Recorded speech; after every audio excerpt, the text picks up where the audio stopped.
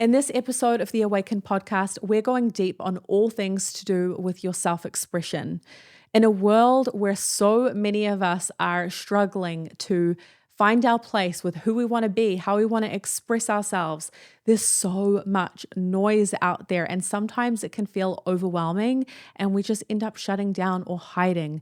This is your call to take up space. Your voice is needed. Your unique creative essence is needed in this world. And we're going to unpack why on this podcast.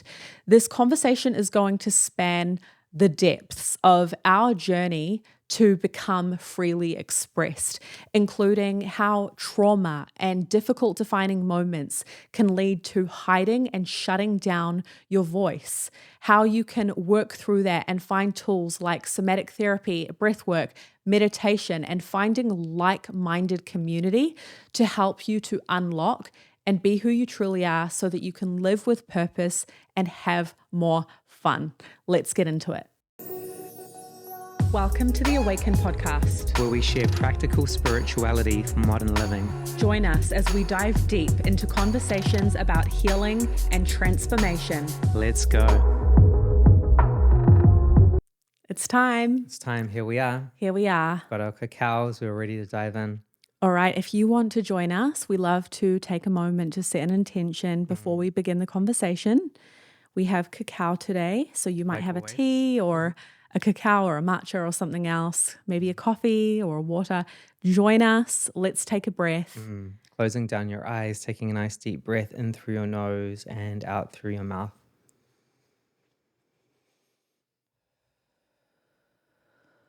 My intention today is to bring the vibes, to have fun, and be a permission slip for others to take up space and to know their worth, to express themselves however they want to, and to go after whatever they want to, knowing that they're worthy of creating their heart's desires into reality. Love that. Cheers to that. Cheers. Oh, we're getting rowdy already. Okay. My intention is to support people who feel quiet and shy and self-conscious. Love that. And those people who maybe even look online or look at other people who are really confident and are like, oh, there's too many people doing that already. I'm not needed and I just want to hide and be a hermit over here. Yeah. This is for you and so many more. I think anyone can gain something from this conversation, but you're included if you are one of those people. Let's go. Cheers. Yeah, that made me reflect. You know, we've been coaching people for years now, and one of the things that we see over and over and over again is people feel self-conscious when it comes to expressing themselves authentically. And it's not just about getting online and speaking their truth. Like, yeah, that's one way, but also in the way that they dress and present themselves, and breaking away from their peers or family and doing things in a different way that other people around them aren't doing. Yeah, I think it's really a big topic, isn't it? Because it's about breaking outside of the box and standing out in some way, doing something different, and what that means for you. Yeah. Well, in New Zealand, where we come from, there's something known as tall poppy syndrome. And we know what that's about, right? It's like when you're the tallest poppy, then you're going to get taken down. People are going to judge you. People are going to have something to say, and it's not necessarily going to be positive. You know, Exactly. people are going to talk shit about you, and they're going to have their own judgments around you taking up space and being in the world. Yeah, the tall poppy syndrome thing is interesting because it's very intertwined with this idea of don't be too much.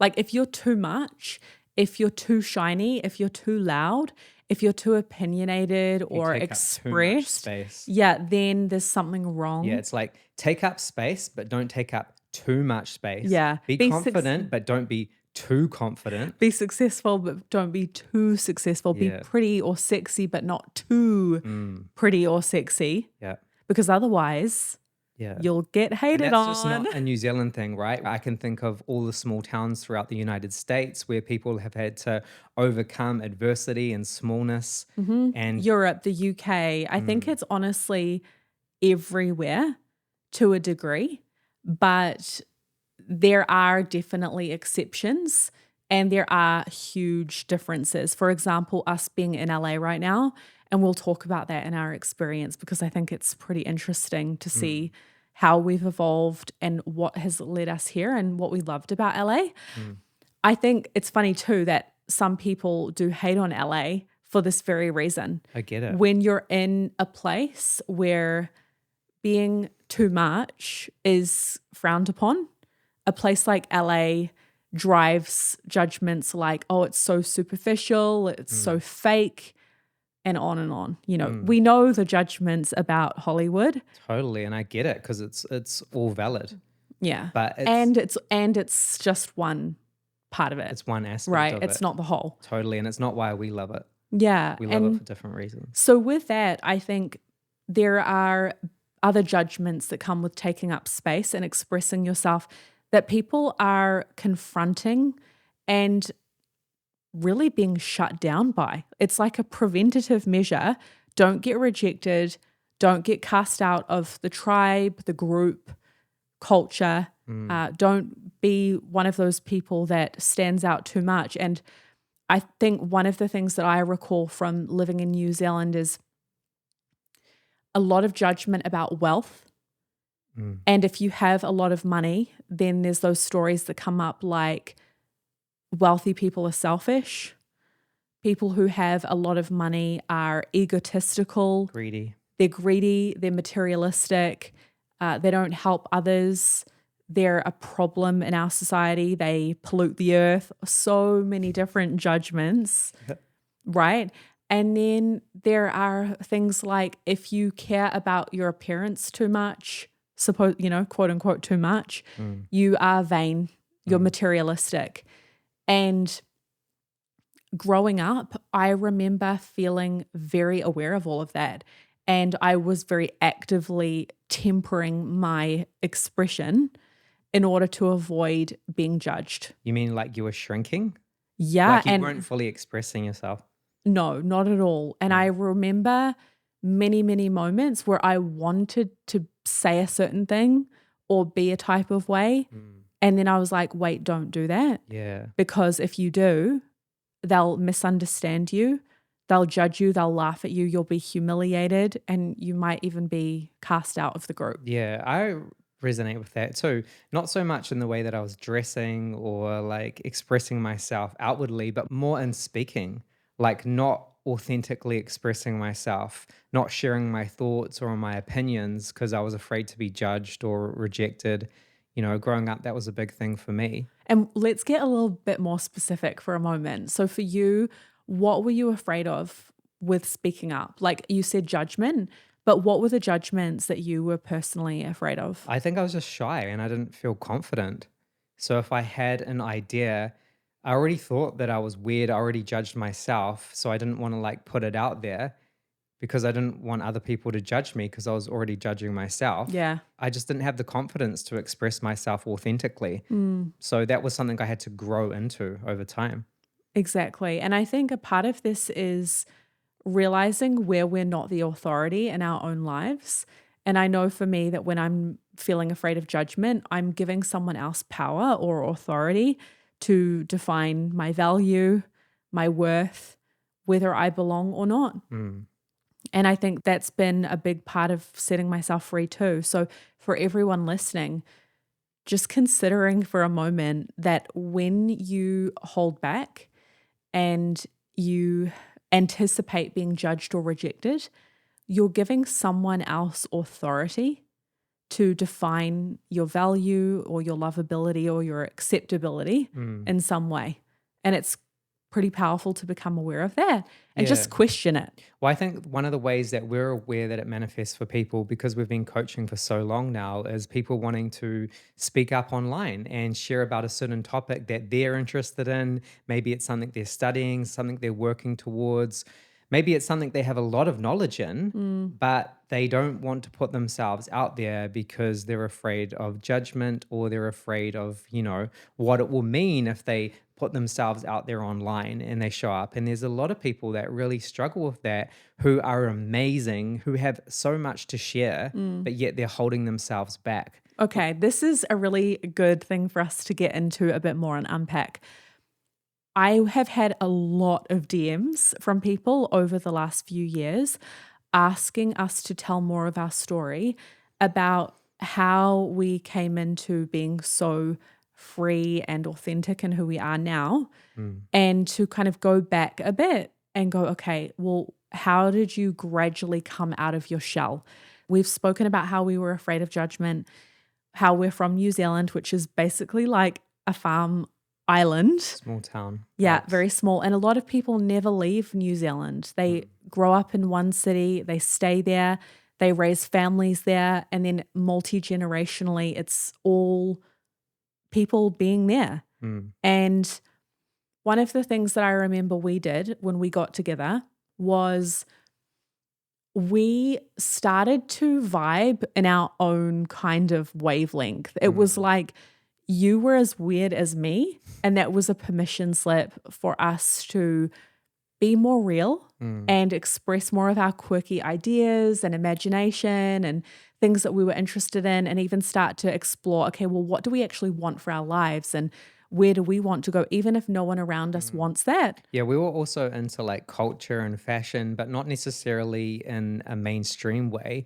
We were just open to like creativity Totally. and expression. Yeah. And I think there was also at that stage, people around us were like normalizing that, like in our peer groups. Like you had permission to kind of dress how you wanted to dress and show up how you wanted to show up in those moments, because our peer groups were also different, right? That's They were true. more fringe and creative and more like people who were the black sheep of their family, so to speak, And our families are also like that. And I think this is a conversation for another podcast on being a cycle breaker and how gradually, generation by generation, we do break away from that pattern. And I know with your family, your mum is so creative and your dad was definitely a deep feeler. And my family are very creative as well. And they have all been permission slips for you and I to be ourselves. Totally. Always been encouraging of us to just express ourselves and do what we want to do, even encouraging us not to work in traditional jobs and things like that.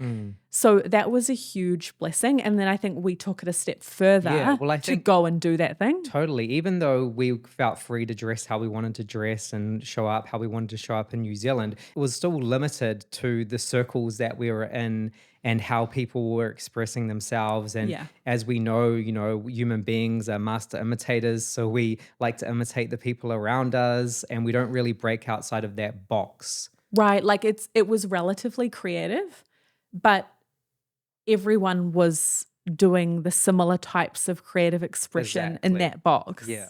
So Not going outside of it. yeah, so for yeah. us, I remember when we started traveling, because that was one of the big things we committed to earlier on in our relationship. We just started traveling and seeing other cultures and the way that other people dressed and expressed themselves, and meeting new people all around the world that were totally different to what we'd ever encountered in New Zealand.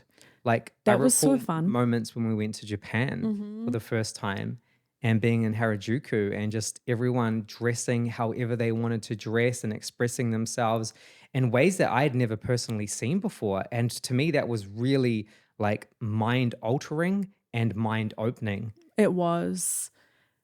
Asian culture has had a huge influence on us, and I think going to Japan has been pivotal. It started a cascade of events, and like you said, it opened us up Well, you went to to Japan more when you were a diverse. kid as well. So you had that early That was experience that of was seeing that seed planted, and I remember because my parents sent me on an exchange trip, it. and I got to experience being in Japan and being around all of these really cool Japanese kids. I got that world opened up to me quite early. And then I was like, I have to go back. And that was what we did. I was like, let's go to Tokyo Mm, because you'll love it. I knew you would. And then we did. mm. So And much fun. then on and on we went. Like we went to Europe. We spent time in so many different places in Europe. And we just kept getting exposed to new cultures. And I think what it did was provide almost like a buffet or a smorgasbord of possibilities. Yeah, it broke us out of our box, especially our known familiar reality, being New Zealand, which we grew up in. We were seeing so many different cultures and different ways of expressing yourself and being in the world. And then we were like, how do we want to show up and express ourselves? It's so freeing to realize that there isn't just one way to be. Mm, In every country and every city and every culture, people are doing human life in a mm, different way. yeah. So I think traveling is really, really powerful. If you feel like you've been stuck in a rut for a while and you're not inspired by your environment, go and travel. Yeah. I don't think your life can be the same after a lengthy trip, Mm. especially when you dive into a different culture. Yeah, for me, I love traveling so much. I think it's one of the number one things that's helped us personally to expand our minds and just to be on this journey of self discovery and learning and authentically expressing ourselves. Of course, you then have to do the work because when you Hmm. integrate back into your known familiar reality and then you want to change everything, change the way you show up, change the way you dress, change the way you speak, and you want to be more authentic to yourself, then you come up against that inner resistance of, judgment, and not just from yourself, but judgment from others because people have known you to be a certain way your entire life. So then when you start opening up to explore different parts of yourself and express yourself, then you have to be willing to face off with that judgment. Yeah. And so that's kind of what happened to us, where we traveled for a few years and we went back to New Zealand for a bit and we started to drift away from old friends. And we haven't fallen out with any of our old friends, but I noticed that we became a bit more insular. It was like you and I had our way of doing things. We were changing our diets, we were changing our routines. We weren't wanting to go out and party as We much. changed our relationship with money. We Yeah, there were a changed lot of things. And we were our getting entire really life. into manifestation and spirituality and studying, reading, creativity. Like we would do art projects on the weekends. There were so many things that didn't really fit with the old life. And so that started to sort of drift away. Mm, And that was difficult. I remember for a while, I didn't have any friends that I was actively in contact with. mm. And that was a bit lonely, but also really necessary.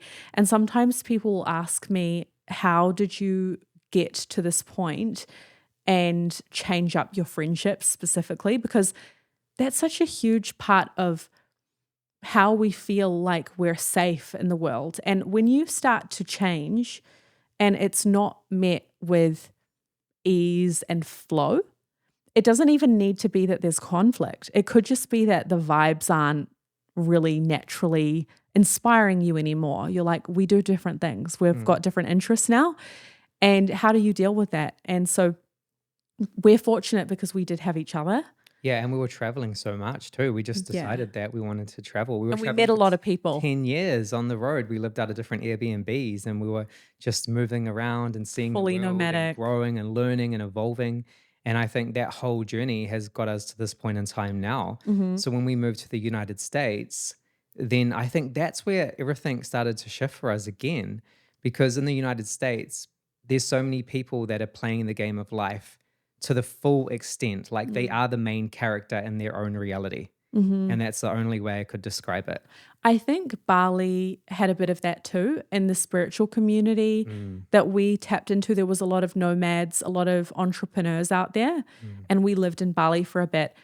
Both Bali and the US have a lot of entrepreneurs, that's true. which has been a big part of being a permission slip, I think, Yeah, for breaking us. outside the box of like, you don't have to work for someone else. You don't have to be in a 9 to 5 job. You can do things your own way. Like I remember when we were in Bali and everyone would just be working on their laptops It was and normal. we'd look around and we'd be like, wow, we're really in this new stage where people are just working from their laptops, earning money as coaches or entrepreneurs or running their own businesses online.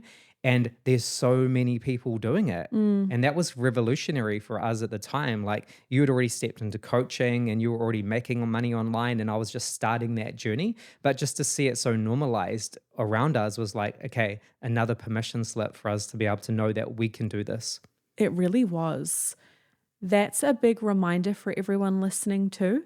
Just because something that you're into isn't normal or popular where you are, doesn't mean that there isn't a massive group of people that are considering that normal. Mm, And this applies to all things like your spirituality, your career passions, the way that you want to manage your time, family, whatever it may be. There are people out there who are into that too. And we are lucky now that we have the internet to connect with our people mm, and to not be alone and to be permission slips for each other. I can't tell you how many times I have felt so motivated and reminded that it's safe to be me by seeing a reflection in someone else who's just doing it. mm.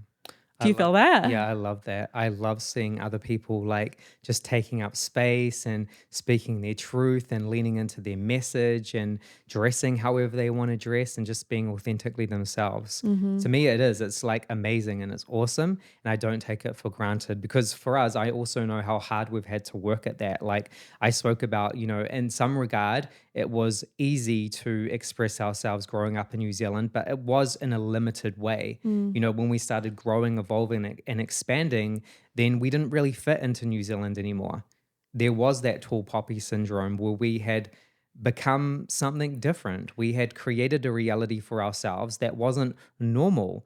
And when we went back to New Zealand, we were judged and there was jealousy, and people would kind of attempt to tear us down. And And I that think was there was something also that we just had a to lot of experience. And backstabbing and gossiping, yeah. not even to our faces. I think a lot of people were supportive to our faces, but would talk about us a lot behind our backs. Yeah, so then fast forward being here in the US, it was kind of the opposite energy. It was like there's so many people out here in Los Angeles, Mm. for example, that are going all the way in and chasing their dreams and playing this big game in life and really going for it, like in whatever area it is. So there's permission slip after permission slip after permission slip here in Los Angeles of people who are chasing their dreams. There really is. I find too that people here are so busy with their own thing Mm, that they don't really care about you. And that could be considered a good thing or a bad thing, I mm. suppose. Some people might be like, oh, people here are so busy and it's so frustrating. I want to have more space to connect and build really meaningful, spacious Yeah, relationships. I love it People here are personally. on the grind. People here are hustling, they're on the grind, they're doing them. And I love it because we have so many different friends who are entrepreneurs that are just doing them. And whenever we see them and we Yeah. all get it. We all get how busy each other are. And we all follow each other online and cheer for each other and text and call and do all those things. But we don't have to be all up in each other's grill because we're happy to just be on our own path, mission orientated, doing our own thing. Right. So the old model of friendship for me, where we were from, was friends where you speak pretty much every day and Mm, you see each other every week. Like you catch up every weekend. There's something that you've planned, and that is how it rolls. It's like a part of your lifestyle. mm, Whereas here, what I notice is that we tend to catch up with most of our friends every few months, mm. and it cycles around. Like we'll see this friend there and then this one at another event. And there's a lot more group type of networking, entrepreneurial activities, meshing work and play that Totally. happens here, which I personally love. It just Same. feels so intentional, and we're also in love with what we do. Mm, We're all on mission. So when we gather, it's like, why don't we collaborate, create, mm, blend that work and quality time? mm. I want to shift the conversation a little bit. And one of your intentions coming into this conversation, you said that you want to show up for people who might be feeling not good enough or shy or quiet or playing small Mm. and not really putting themselves out there. So, my question to you is, what do you have to say to those people who might be feeling like they have something to say, Like they want to maybe be online and share the things that they're interested in. Mm-hmm. They haven't been putting themselves out there, but there's this desire to show up in a different way. They just haven't yet stepped in. Okay, so I'm going to segue from where we were just at in the conversation and say, I'm sure there's someone listening who heard what we said about how we go and connect with our social circle here in LA, and everyone's driven, they're on mission, and they're our people and they get it, and it's like easy, right? And they're going, I wish I had that. Or not. Some people are like, I don't want that. Right. Some people will be, but just to acknowledge that there are going to be some people listening who are like, I don't even have that. And I feel like I'm not around my people. I don't really know how to be me. And I feel really stuck. And I see people online and I compare myself to them and I feel like crap. So you have to start where you are. You cannot skip ahead to the part where you're surrounded by all of these people that are like you without doing the work to liberate yourself. What I noticed was that when I was being a chameleon and I was hiding who I truly was and what I was truly interested in various ways, I was dimming my own light. People didn't know who I really was. They couldn't even see that I was interesting or quirky or creative or cool in all of these different ways that they might be into because I wasn't allowing them to see me. So if you are hiding and dimming your own light, you are not allowing people to see you. So is it any wonder that you're not surrounded by people who inspire you and reflect that light that you know deep down is inside you? I think of, are you inspiring yourself right now? Like, forget about other people being inspired about you. Like, are you inspiring yourself with the way that you're showing up in the life that you're living? Because I think once you start inspiring yourself and living like that, then you just become a vibe. People are going to feel it. They want to be around it. So that leads me to the second part of this, and it's something that you've taught me. You can be a vibe, but not to everyone. Totally. So let's talk about that. You are definitely the person to speak on this. Yeah. The polarizing experience of being authentic. Okay, so let's speak about being a vibe. Lessons 101. When you start taking up space and expressing yourself authentically, I've said this a million times, but I'll land the plane once again. Not everybody's going to like you. Not everyone's going to be vibing with what you have to say. Some people are going to think that you're cringe. Some people are going to judge you. Some people are going to laugh at you behind your back. Some people are going to get together with their friends and literally look at your content and laugh at you as a group. That's what's going to happen. Can you be okay with facing off with that? Yeah, it is that brutal. And I think anyone who tries to minimize that and be like, no, all the judgments are in your head is out of touch Yeah, with people are reality. gonna judge People you. are brutal. But on the other flip side of that, you're also going to have a whole bunch of people who are going to be really into what you do. Yeah. And our motto from the beginning has always been show up for the one who needs me. Show up for the one who needs me. So if there's one person out there who, by you showing up, you can be a permission slip for, that you can support, that you can help, that you can speak to in some way that's going to inspire, motivate, and uplift them, then that's who you're showing up for. They're your people. And each and every single one of us has a unique message. We have different gifts that we're stepping into.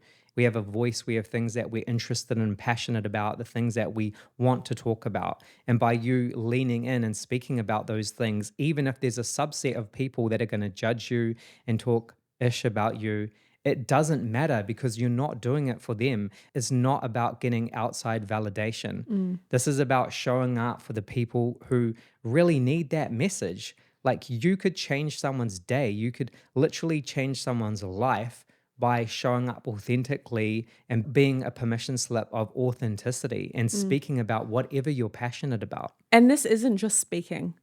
It is art. It is going and doing a thing that you love And to life do. is art. Like our life is art, like life is Yes. an expression. Like God is the greatest artist and God created each and every single one of us. We are living art and we get to express ourselves in a way, first and foremost, that should inspire ourselves. Like it's not about other people's opinions. Like we've really got to stop doing that. We've got to stop paying attention or giving energy to people who are out there judging or putting negative comments online or who have something disempowering to say. Mm. Like they're not the audience that you should be focusing on. You should be focusing your energy on the people that you can support, uplift, and inspire and motivate with your words, with your energy, with your presence, with your creative expression, with you just being authentic to yourself, because that's where it's at. Hmm. That's the vibe. I think also a part of showing up for the one who needs you is realizing that the one who needs you might be you. Mm, And when you express yourself, you might not be doing it for one person out there. You might not be doing it to help someone in the mm. conventional sense. You may be choosing from here on to look yourself in the mirror and go, I'm going to do this for my younger self. Oh, I love that. I do that all the time. Sometimes I make content just because that's the content that I need. Hmm. Like that's the content that I need right now. I need this message. Like this message, yes, it's for everyone tuning in. It's also for me Yeah. because I need that reminder too, you know? And the same would go with doing it for yourself today, just because it feels good. Mm, There are so many creative projects that you and I have done over the years where the pull to do it is because it feels good. The pull to do it is because I want to, yeah. not because it's going to help someone, not because it's going to save humanity, not because someone needs it, but because you know what? I woke up today and I felt inspired and I have been wanting to do this for so long. And finally, I'm ready to get out of my own way and make myself a priority and stop getting distracted with all of these other things and do the thing I said I was going to do because it's meaningful to me. Yeah, exactly. And on that process, you might suck at it. Like you might suck at it because I just think about all the times where I showed up for myself and I spoke online or I made music or I created a piece of art and it wasn't great. Let's talk about that some more because this is really, really difficult in the process when you don't know. It's a part of progression. Practice, practice, practice. So Yes. along the journey of expressing yourself authentically, you're going to be cringy. You're going to make things that you don't like. You're going to express yourself in ways that you're just not proud of or you feel embarrassed about. But that's all a part of practice. It's all a part of leaning in and giving it a go. Mm. Like you don't just become good at something overnight. Like it takes time, it takes effort, it takes energy. It takes showing up consistently over and over again before you become good at something. So even right now for us speaking on this podcast, once upon a time, this was really hard and challenging to speak authentically. And when we watched ourselves back, well, I'll speak for myself, it was like, but, if, and there was all these filler words in there. And And you know what happened with some of those podcasts? They went in the trash. yeah, well, They've never seen the light of day. even the early days when we were vlogging like 10 years ago, Mm. like it was challenging to put my thoughts out there, to express myself authentically, just to share myself with the camera was really, really, really challenging. Yeah. And that content kind of was cringy and it sucked. And guess what? That's perfect. That's exactly how it should be. That's a part of the journey. The same with like music that I've created or art that I've created. It hasn't been good, but along that journey, you get better. And if you're afraid to start because you think that you're going to suck and you're judging yourself, then you're just holding back your own progress Hmm. because that's the journey, right? Like it's a part of it. You just have to start. I'm sure there's going to be someone listening who's like, how do I know if what I'm creating is meant to be put out or if I should wait till I can do better? And I know for me that I have been such a perfectionist over the years and it's really gotten in the way of my progress a lot of the time.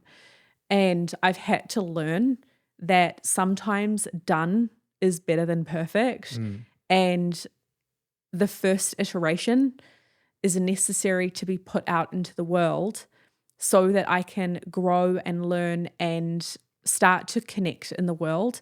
Because if I wait for the day where I'm nailing it and it is perfect to the standard that I want, I might be waiting a long time for things like business growth or friendship or whatever other creative thing that I've got going on.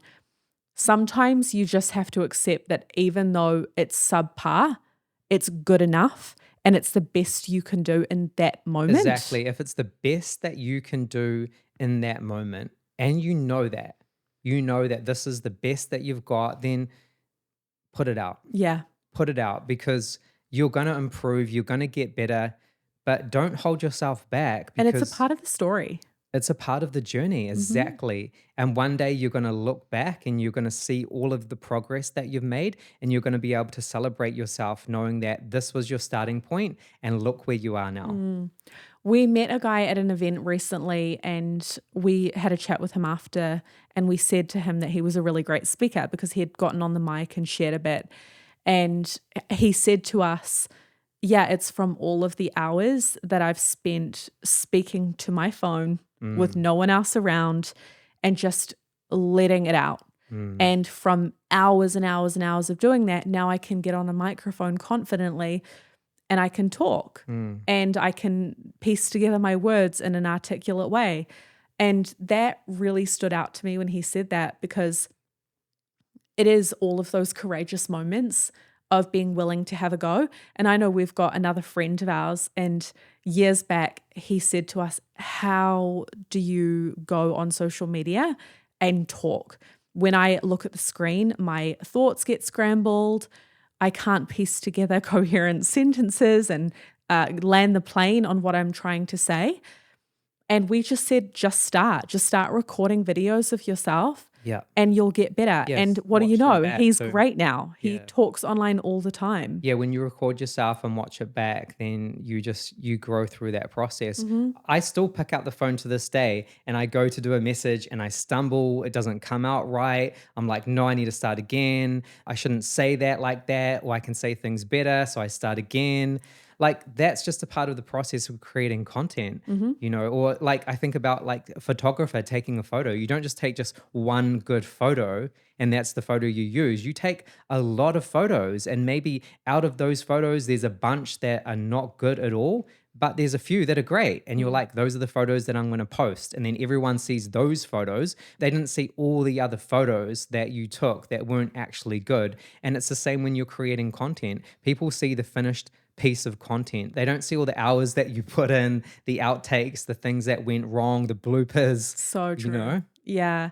I would love to share a little bit more about our time coming to LA and meeting the creative community that we lived with and got to know really well, because to me, that was a time of huge growth. And I think there's some nuggets here for everyone listening that could be super, super helpful.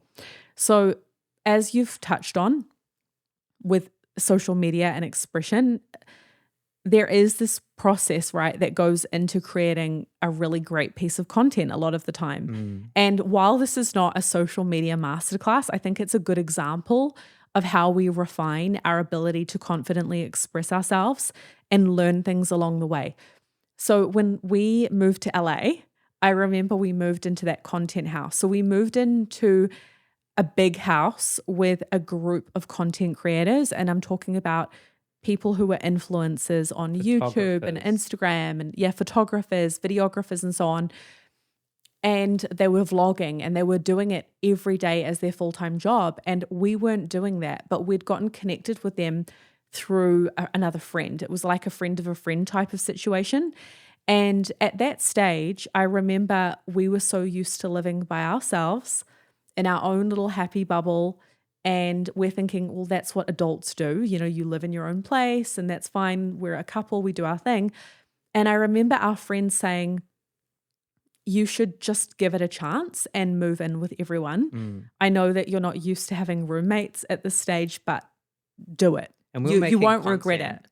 Yeah, we were like filming our own videos and doing our own fashion shoots or Just photography, figuring it out along the way. but we weren't doing it for a career. it was just a part of our vibe, our expression, documenting our journey, those types of things. But when we moved into this house and everyone was doing it full time as a career, we got to see it more on an elevated professional level, how people actually create that type of content and generate money from it. And I think that was, again, another permission slip. And we learned so much. Like, even when it came to photography, we learned so much because we were going out and we were doing like shoots with the different photographers and we were seeing behind the scenes. And Let's unpack it a little bit more, because seeing how they took it so seriously really opened my eyes that there was a higher standard that I could aspire to. And when you're around other people who are taking something super seriously, it can be uncomfortable and confronting because it shows you where what you're doing is super subpar. Whereas before, if you're around people who don't, let's say, post on social media at all, then you're going to be like, oh, what I'm doing is great. Like, I put a bit of thought into it and I'm out living my life doing my thing. Suddenly you're with the professionals. It's like going to the big league and you're like, I suck. This is terrible. And so we had to go through that stage of being like, they are pros and we are not. And then what we did, which is another huge takeaway, is we just started observing and absorbing as much as we could about what resonated with us and what inspired us. And then we were like, okay, like, I'm good enough. I'm worthy. I'm going to apply this, because you have to start somewhere. yeah, and You have to decide that you're worthy. yeah, and I think more than anything, I learned that it was about putting more time and energy into the specific things that they were doing. Like, Pride, for example, care. raising your standards. Yes. Like, if you're going to do a fashion shoot and take photos, you're not just going to like click, click, click and then finish. Like, you're really going to take the time, and you might take 30, 40, 50 photos to get one or two really good photos. You're really allowing yourself the time. And same when you're filming content, it's like, no, you're thinking about the content. You're not just like picking up a camera and filming whatever you want. Like, you have a plan. You've thought about the message. You've thought about the direction. You've thought about how you wanted to curate the whole experience for the viewer and how you want them to feel when they're tuning in. There was a level of thought and a level of energy and attention and detail that went into these things that we had never seen before. And we were like, okay, we've really got to like step it up now. Yeah. So we met one of our roommates at the time called Danielle. Shout out Danielle. And I remember how generous she was. She started taking us out for photo shoots. And I had never felt comfortable with a photographer. Same. It was so I daunting. think we were both so awkward. Like, that's So why we awkward. loved taking photos together, because we didn't feel awkward with each other. And then we could just take a bunch of photos, and then whatever ended up looking good was, the end product, and that we were cool with that. But We should share about that though quickly. What we did was we felt so awkward with other people that we bought a really good camera and we taught ourselves how to use it. And it bridged the gap. It was decent until there was a new standard that was revealed. And then Danielle came along. And Danielle was the first photographer that I felt comfortable with. So we went out on photo shoots. I remember we went to Joshua Tree and these other locations. And what Danielle taught me was that you needed to take a lot of photos. And she was like, keep going, keep going. And it was like, for the first time, I was allowed to be too much and take my time, because usually when I had taken photos in the past, it would be like, hurry up, like one photo, you've got one chance. And I would try to get a photo and then I'd be like, oh, it looks terrible, delete it, I'm not posting. What's the point? Get disheartened, feel crap about myself. She's like, keep going, no, more. Do another outfit, try this. And it became really playful.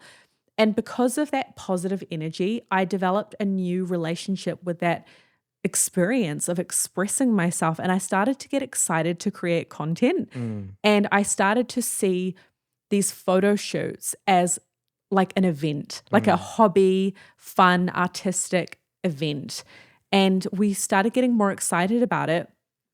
And I remember for me as well, because I used to be a fashion stylist, I was familiar with putting together fashion shoots and getting very creative, but it was always for someone else.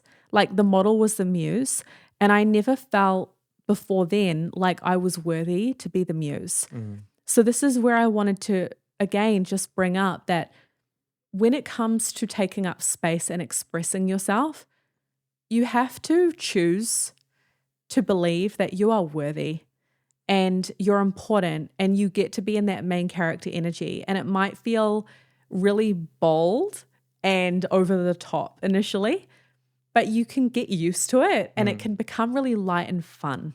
Yeah, totally. I really resonate with that. It might not feel like your known familiar self, or it might feel so outside the box. Like I've had that with vlogging where I've hired videographers to follow me around and I've been speaking into the camera and it feels like it's foreign. It feels unnatural, but yet that's the next progression. That's what I want to do. That's how I want to express myself. And that's the choice that I make. Yeah. Even though it does feel uncomfortable, I know like that's who I want to be in the world. And that's the type of content I want to create, but it's a decision. I could easily say, like, I'm not going to do that because it feels uncomfortable. It's awkward. I don't really have anything to say. I have nothing important to share. There's a million different reasons why we couldn't do those things, right? Mm. We all have that inner voice that tells us those limiting old narratives. But if you just decide like you're going to give it a go and you're going to show up, and maybe for you, the thing isn't a photo shoot or it's not about filming content online. Maybe for you, it's just expressing yourself authentically and sharing your opinions, Mm-hmm. like sharing what you think. Maybe for you, taking up more space and your next level of authenticity is telling your partner what you like, or having an opinion, or expressing yourself when you would usually shut yourself down. Mm. Because everyone's got somewhere where they're kind of holding themselves back and they're shrinking. And that's ultimately what we're talking about. We're talking about coming out of that state, coming more forward and taking up more space in the world and giving yourself permission to express yourself authentically. Mm-hmm. So that's really what this conversation is about. Okay, so there's something that I want to share on this because I love what you just shared there. This is so true and it applies to every area of life. I want to connect a couple of dots here. So I was describing that experience of being comfortable in the photo shoot for the first time and then doing the photo shoots with you. And it was like, okay, I feel safe doing this. I feel comfortable. I can expand my range. What I want to highlight here for everyone listening is that in any area of your life, if you don't feel safe to be your authentic self, then there's going to be a process of gradually opening up, and that may include other people. And I wanted to acknowledge that with you and I in our relationship, you've been that permission slip and that safe space for me in so many ways. And then there have been friends, or like my mum is such a permission slip for me as well in a lot of ways. There's these moments where someone else may be the blessing or the answer to your prayers. Mm, Maybe it's us on this podcast right now in your mm, ears, being a reminder for you that you can do it and you are good enough and you don't need to hide or hold back or get in your own way anymore. mm, And you've done that for me. And I hope that we can do that for other people. mm, Because when someone else reminds you of your own light and your own gifts and is like, you have full permission to shine. I mm, love it when you shine. It introduces a new possibility to you that you may not have seen before or even entertained allowing to flow out of you. And then the safe space that can happen in relationships can allow you to feel safe within yourself. And then it grows and it grows. And suddenly it's your new normal. mm. One of the things you said really stood out for me about feeling safe to express yourself. And one of the ways that you might not feel safe to express yourself authentically is when negative self talk is coming up and you're giving it your attention and energy. Like if you're telling yourself disempowering stories, like, I'm not good enough, I don't have what it takes, I don't Mm. belong, there's something wrong with me, I'm not beautiful enough, or I don't have anything important to say, then you're not going to feel safe to give it a go because you're already telling yourself disempowering and limiting stories. So that would be the place to start looking at any negative self talk that's showing up and being willing to coach yourself through the process. Like, be your own Mm. best friend. That's really what I'm trying to say. Like, can you be your own best friend in those moments when fear and self doubt and your insecurities are coming up? Can you be your own best friend and coach yourself through the process? Because that's what it's going to take up more space and to feel safe. First, you have to feel safe within from your own self talk and the way that you're thinking and feeling about yourself. Mm. And from there, you can try on this new possibility. Ain't that the You can truth? practice, you can just have a go. At the end of the day, it's all of us as individuals that hold the key. And what I have seen time and time again is that people can tell you how amazing you are. If you don't let that in, then you're going to remain the same. Yep, it's an inside job. And we all go through this. We all go through it. Like, you look at someone online, you think they're crushing it. They had to go through their own journey of facing off with their own insecurities, fears, and self doubt. They had to take that journey. Like, They have haters too, you know. yeah, and including their own inner critic. Some of the Yes. most successful creative people that I look up to talk about like their own inner critic and how their own creativity and the things that they create are not good enough. Like, Mm, Russ talks about that all the time. He talks about how the music he makes is not good enough, how he's always judging himself, how he always feels like he's not good enough. And he's making like platinum songs. He's mm, making some of the best music out there. And he still feels like that, right? And we can just get caught up thinking that we're the only ones experiencing it. But no, this is the human condition. We all go through this. But mm, again, can you be your own best friend? Can you coach yourself through the process? Can you give it a go? Can you grant yourself grace? Can you mm. just play? That was another important thing that you said, like being willing to just play, right? Because if it's play and you're having fun with it, then it's going to be more of a vibe. You're going to enjoy it. And that's really ultimately what it's about. Creativity is so connected to the inner child.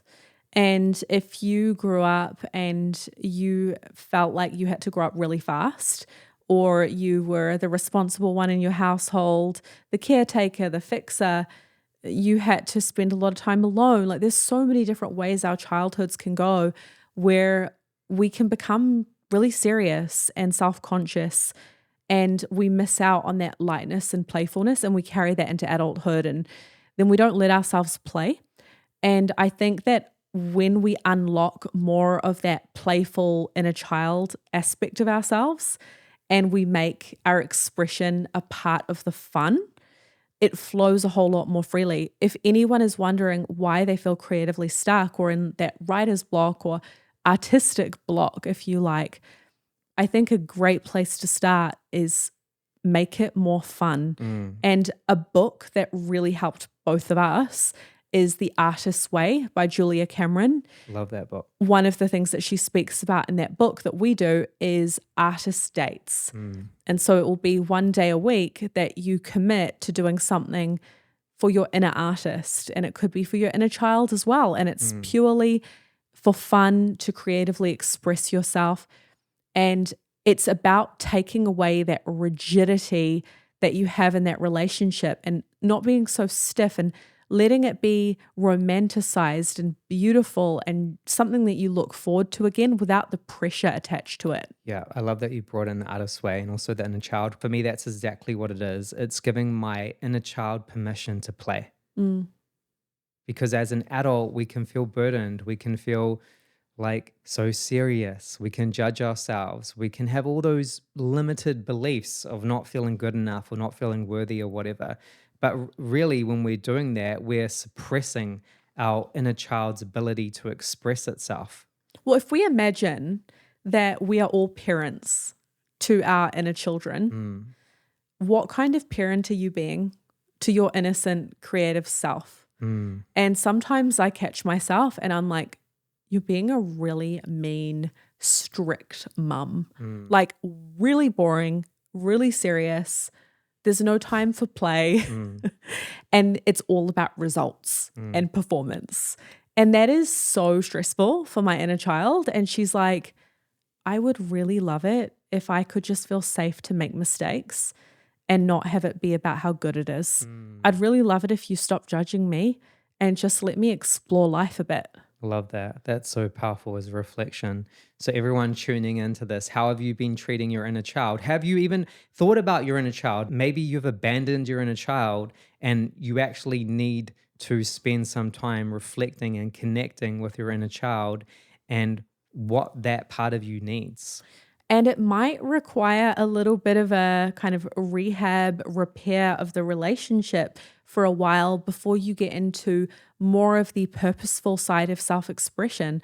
There might be things that you want to do. I know many people are like, I want to write a book someday, or I would love to speak, or I have this art that I want to create, or I want to build a business, or I want to travel the world, or I want to learn a new language, or I want to go and do dance classes. And there's these things that feel like they require courage and commitment. Mm. But before you get to that, what about beginning with having that positive relationship with your own creativity? And it might be things that you're like, oh, that's such a waste of time. Why would I do that? That seems so pointless. I know for me, one of my things that my inner child just loves, and you were like, are you seriously doing that? Was I love jigsaw puzzles. Mm. And so some days, if I need to connect to my inner child, I'm like, I'm doing a puzzle.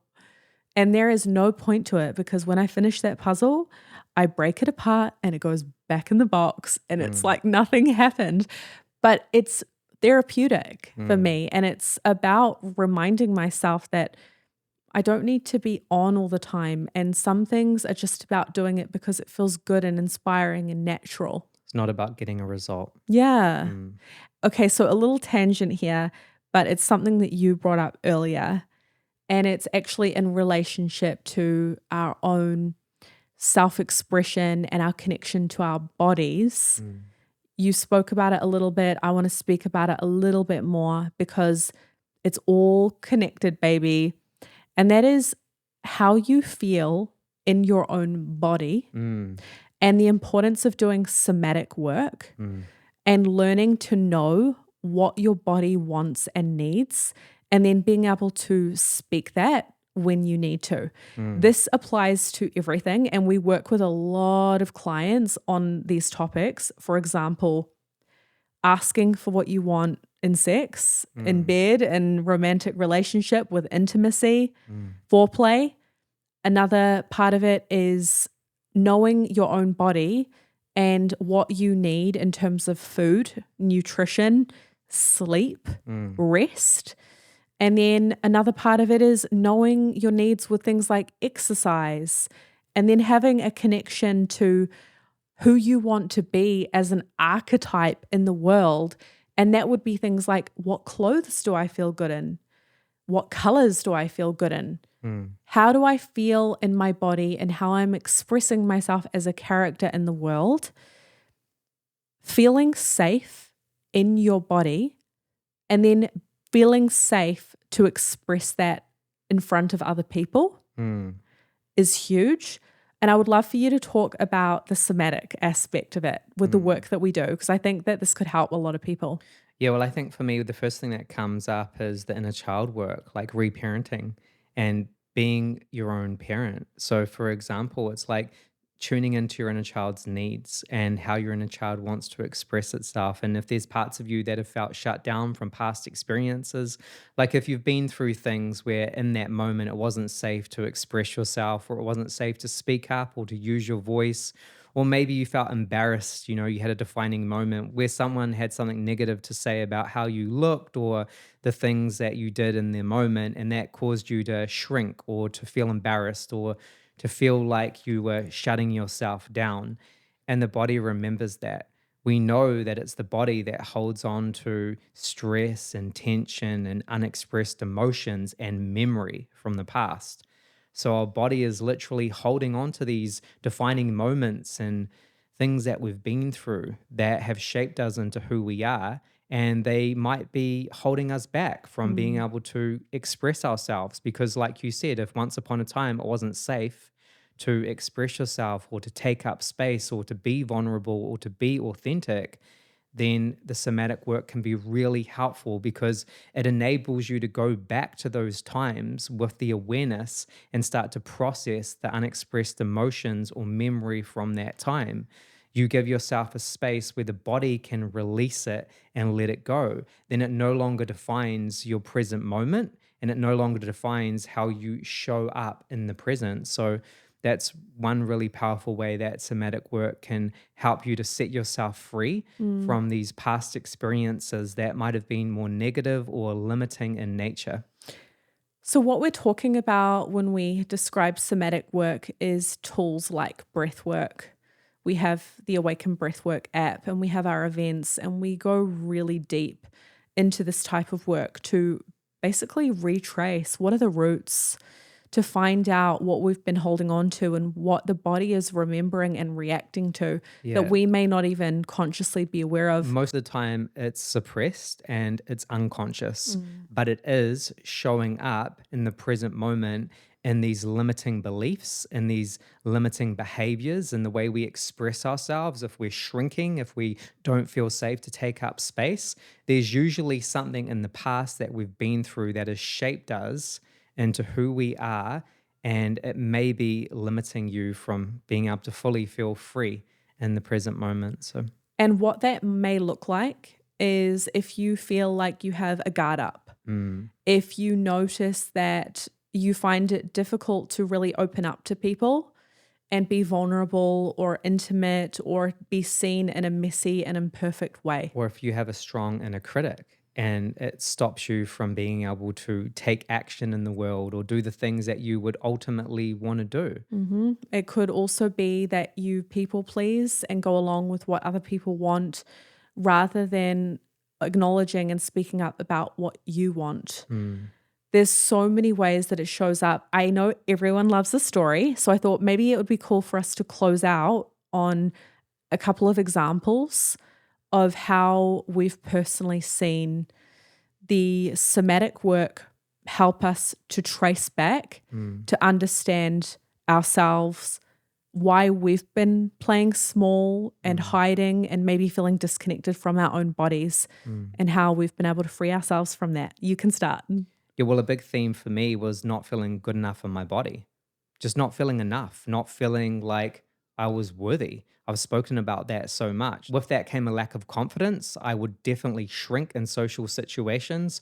I would always hold myself back from expressing myself authentically. I would constantly wear a mask. I would do the whole chameleon thing, like you said, where I'd just try and fit in with my peers because I didn't want to rock the boat. I didn't want to like be that tall poppy and be judged and be ridiculed and be rejected and be laughed at.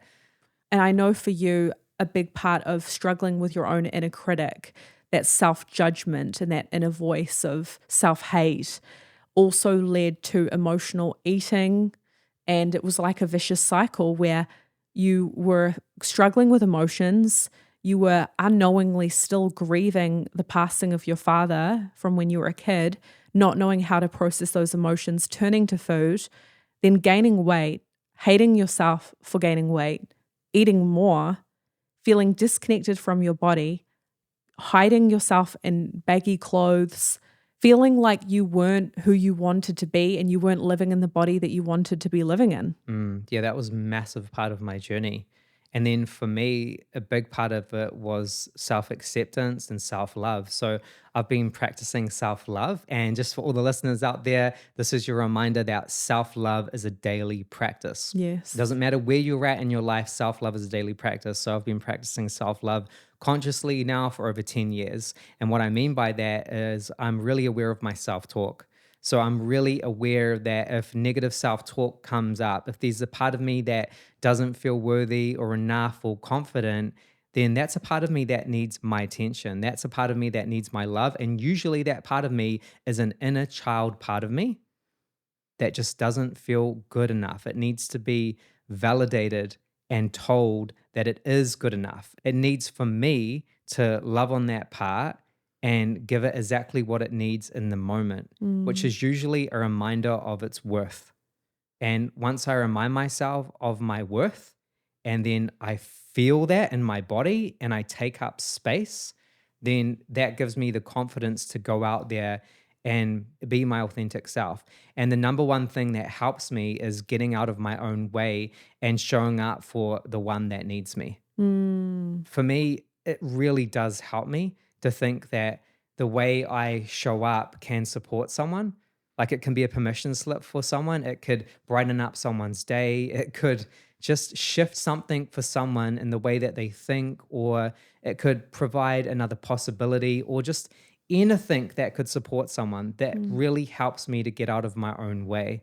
So it's my self talk and then it's being of service. So, to anyone out there who has been wanting to share themselves online, but you've been thinking too much about yourself and that's been stopping you, then if you can start to think about being of service and how you might positively impact people and give that a go, like try that on. And once you try that on and you see the positive influence, even if it's just one person that messages you and says, "Thank you so much for that message," or Mm. "Thank you so much for saying that today, it really helped me," then that's what it's about. Yeah, I love so much witnessing the way that you have healed and transformed what was a really, really difficult journey for you. And you've turned it into something beautiful. And I can say that for everyone listening, what Lucas is sharing right now, it is his truth. And as your partner behind the scenes, when no one else is around, I see you walking the talk and practicing self love. And I love hearing you talk about it as well, because I think sometimes even men will hear another guy speaking about self love and be like, what? Isn't that what women talk about? Self love and all of this stuff. To hear you own it and normalize it is so powerful. And I see the men that we get to work with and the way they break down in tears and are talking about how they haven't been loving themselves and they've been struggling in silence.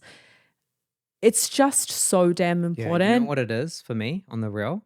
It's because I didn't have a father, right? So I had to be willing to fight for the parts of me that wanted to give up. Mm. Like there were so many times in my life where I wanted to give up, where I didn't want to be here anymore. And I've had to fight really hard for those parts of me, right? I've had to fight really hard to be here. And I know what it's like to struggle. So if I can help one person that's in a bad place or is struggling or just needs support, then that's motivation because that's what I've had to do for myself. So now just to be at a place where it's like I even have the opportunity to do that for someone else, then like that's a blessing. Mm-hmm. So that's what it is for me. Mm. So what about for you? I want to hear a little bit about what you've had to overcome and I think you want to share with the listeners. Oh, I love it. I'm so inspired hearing you talk about this. Okay, so for me, one of the things that has been huge, absolutely huge, is realizing that I didn't even know what it felt like to live in my own body, to live in a state of connection to my body. For so many years, I was walking around like a floating head. Like you just felt disconnected or dissociated from your body. My awareness of myself was basically in my head and my mind. And it was like, I'm aware that I have a body, but I can't feel it. I'm just focused on my thoughts. There was a sense of numbness in my body that I lived with for so long. And I didn't come from a family that were really into sports or physical activities or anything like that. My family is definitely more creative and intellectual. And so being more intellectual and thinking about ideas was really encouraged and celebrated, which I'm very grateful for because it's served me well and it's a huge part of who I am. I love learning and exploring and all of that. But the healing part for me actually started when you and I came into relationship. And I started to realize that I did find it very difficult to drop into my body and stop overthinking. So we all know what it's like to be thinking. The mind is just continually thinking, right? But what I noticed was that I was living with a very dysregulated nervous system and my mind was on overdrive. So it was really difficult for me to relax and I didn't feel safe to be in my body. I noticed that I was anxious, I was flighty, I would jump from thing to thing, and I found it really difficult to just remain present and feel safe to be in connection to other people. And a part of that was becoming really self-conscious and hyper-focusing on every single imperfection and flaw that I had. And the main one for me was my skin, which again is like all up here, right? So I was walking around being like, everyone's looking at my skin. They're all judging me. People think this about me. And it was like, and I felt like half the time I wasn't even in my body at all. I was like out somewhere here. And I didn't even realize this until we started doing things like 1, meditation and breath work, 2, exercise, actually starting to feel what it was like to be with stronger sensations in my body by working out, challenging myself, starting to experience that I felt really weak and I didn't even trust my own body. And That's huge. I didn't even trust my own body. I think a how, lot of people feel like that. exactly. So how can you boldly express yourself if you don't trust your body and you don't even feel safe to be in your body? I also noticed there were a couple of distinct moments in my teens, sexual traumas that happened. And I didn't realize it at the time, but I know now that after those experiences, I started to wear covered clothing and I no longer felt safe to wear things that were revealing. I stopped showing cleavage. I was really self-conscious around showing my legs too much, like wearing super short shorts or having a low-cut top or having anything that was too sexy or would capture attention. I started to associate attention with, this is so sad to say, but it's really common, asking for it. I thought that if I was getting attention, then I was asking for negative attention. And so to protect myself, I started believing that I needed to hide and cover up.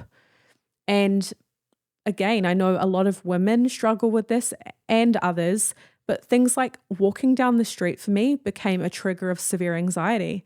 I remember for years I would walk down the street and physically shake because I was so afraid and I felt so unsafe of, God knows what, getting attacked, even someone talking to me, catcalling. Like I just became stiff and scared. And then that led to isolating myself and almost agoraphobia level. Like I didn't want to leave the house. So let's talk about how you've been able to move through this, because the somatic work has been life-changing. It has been So huge. I know many women out there will be struggling with this, who Yeah. are tuning in and listening to this. So how have you moved through it? It is a really big topic. And I think it's something that we could continue in another podcast, because such a huge part of it for me has been seeing the proof that it's possible. Seeing other women, seeing other people who are free within their bodies, who live in their own bodies, who are grounded, who are working out and they feel strong and they're present and they're able to relax and they've got regulated nervous systems and they're able to wear what they want and say what they want to say, and they're not holding back out of fear. They're not anticipating some imagined threat and trying to protect themselves from it and letting that control their lives like I was.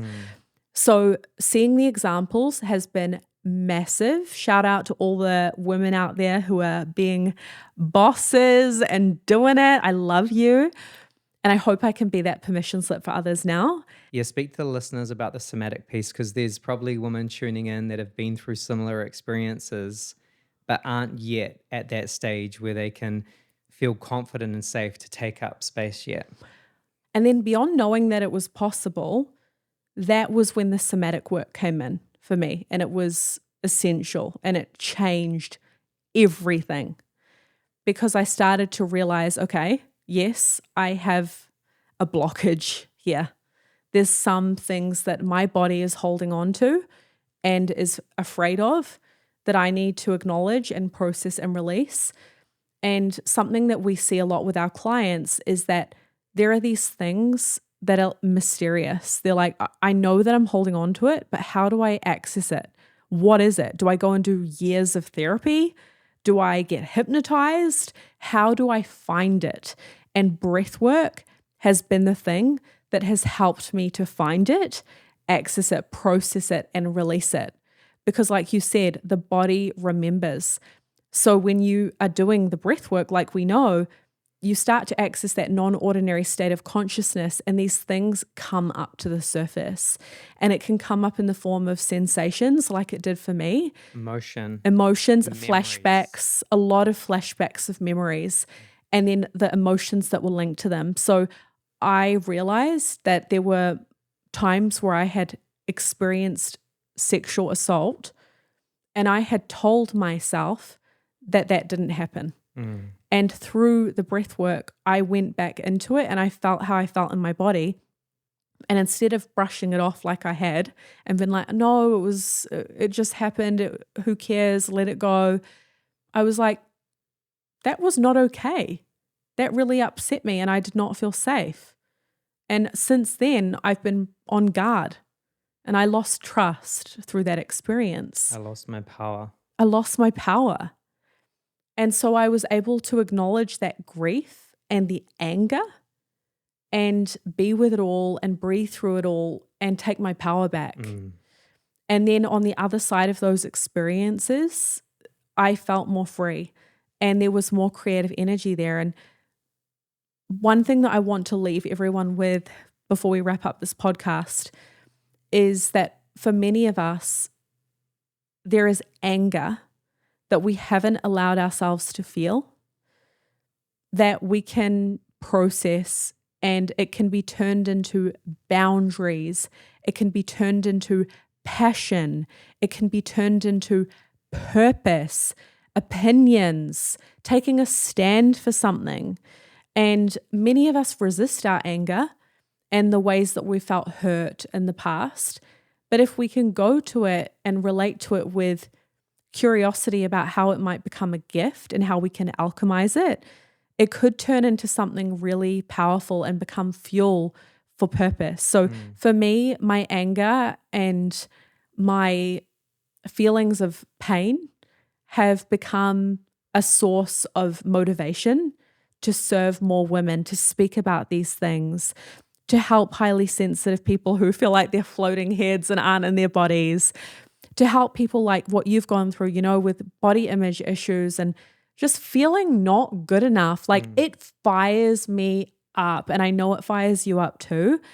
And we wouldn't be there without that struggle and then the choice to alchemize it into something great. So for everyone listening, no matter what you've gone through, this is not the end of the story, and you can turn it into beautiful, bold self-expression and something really meaningful. Yeah, we always say that no matter where you are, your starting point, what you've been through, everything you've experienced, that does not have to define your future. But it's about you making a choice, like knowing your worth and being willing to give things a go. Being willing to be uncomfortable and to take up more space is going to be a practice. It may not feel natural. It might feel really awkward and uncomfortable, and that's just a part of the work. So feel the fear and do it anyway, baby. Make it fun. you got to lean in. You got to just give it a go. Practice, practice, practice. So if you've been holding yourself back in a specific area and you know that it's time to lean in, give it a go, try on a new possibility and take up space. We hope that this podcast has reminded you that you have absolutely got this, and there's no better time to start than now. Let's go.